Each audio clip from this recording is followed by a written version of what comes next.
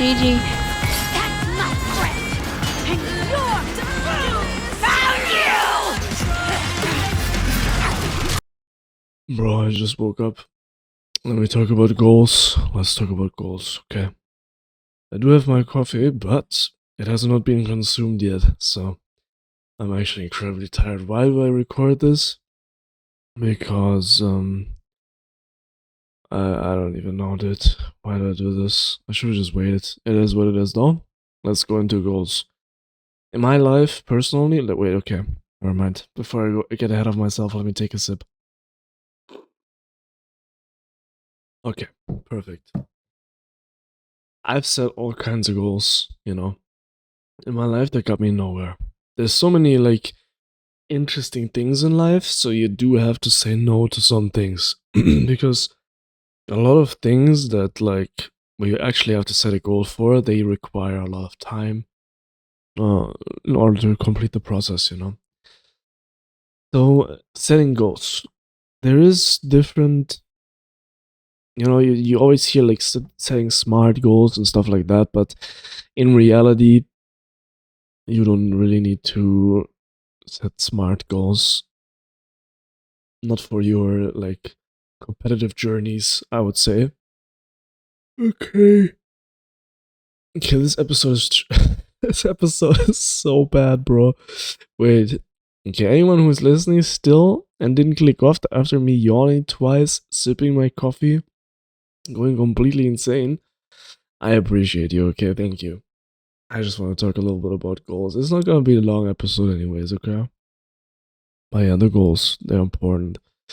You do need a goal, you need to be excited about the goal. It's preferably it's something that gets you excited, but you're not too invested in a way. It needs to be both, because having a goal is important to know where you want to go, but it can't be that important that every problem that arises gives you like a headache, you know? If it's too much pressure, then the goal is going to be counterproductive, and you might have been better off by just not having a goal and seeing where you're going. And generally, that's, I think, where I'm at right now, you know? Maybe goals are actually not that good. It's good to know where you're going, but the curiosity to see how far you can go anyways is a lot better than having like a fixed goal, you know? That's the thing.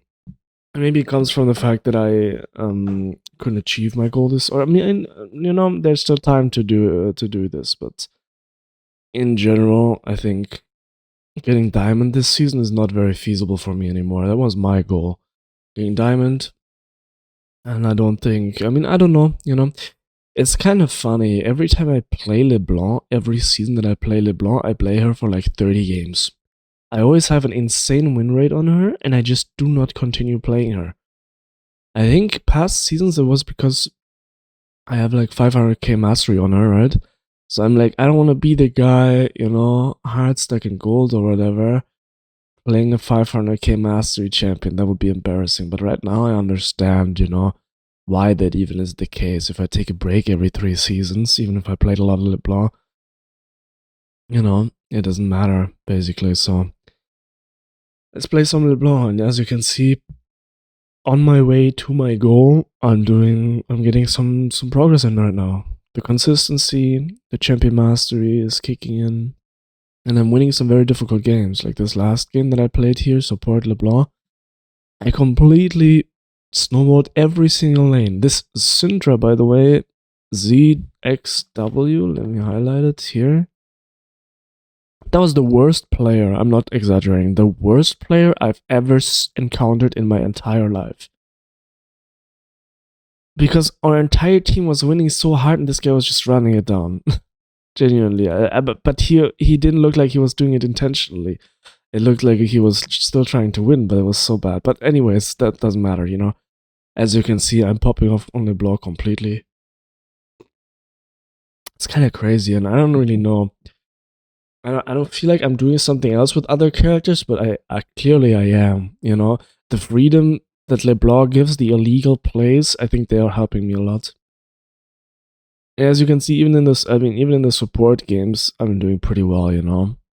And it's just what it is. I also like that you don't really need CS with LeBlanc. I mean, you do, you know, CS is important, but okay, this game was completely crazy. My team literally did nothing. I'm telling you, like, my team literally did nothing, and I completely obliterated this Lux that she started running it down at like 0-5. She just started running it down at that point, and and then I just snowballed it into every other aspect of the map. I killed enemy jungle at Krugs twice, so we got Krugs. I killed bot lane just roaming. I was like, okay, if this Draven snowballs, we're kind of in a problematic situation, you know, and Dravens always tilt super fast anyway, so I was like, okay, I'm like 6-0 at 8 minutes. Let me roam bot lane, you know? Like, I went bot lane, killed both of them, and then I, at like 12 minutes or whatever, I went top lane, killed the top laner, and then they surrendered. But all they saw for 10 minutes straight was every minute there was a kill on Lux, then another kill on Shaco on Krugs. We get Krugs, we get Dragon, and then I kill bot and top. I literally killed the entire map by myself. Like you can see, my team doesn't even have really assists, you know? That was a crazy game. That was a crazy game. Wow. And, you know, that's just part of the journey, though, of course. You want to reach a goal, which is very different from the individual steps, right? But they're also important.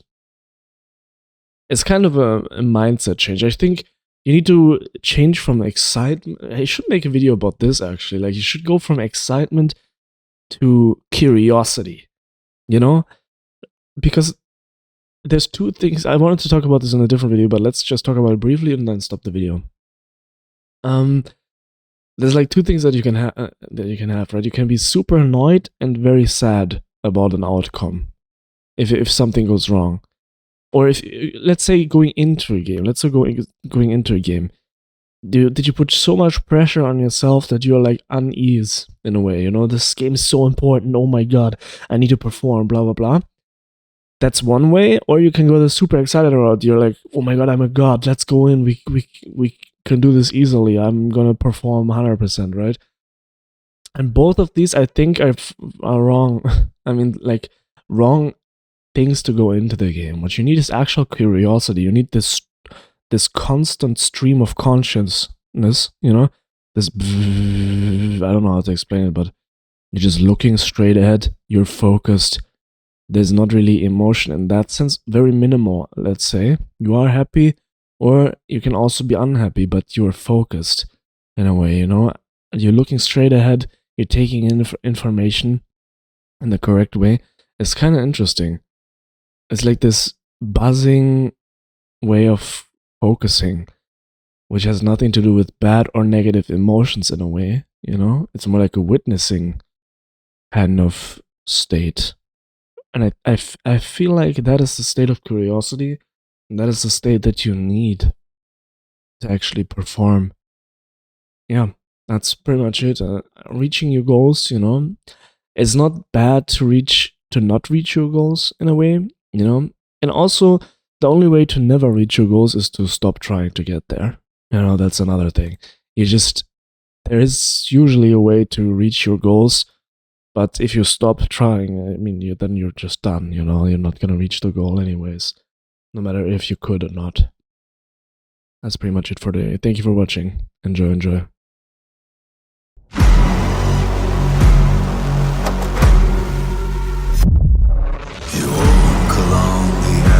Danger, and it will change you. Why would you let this voice set in your head? It is meant to destroy you.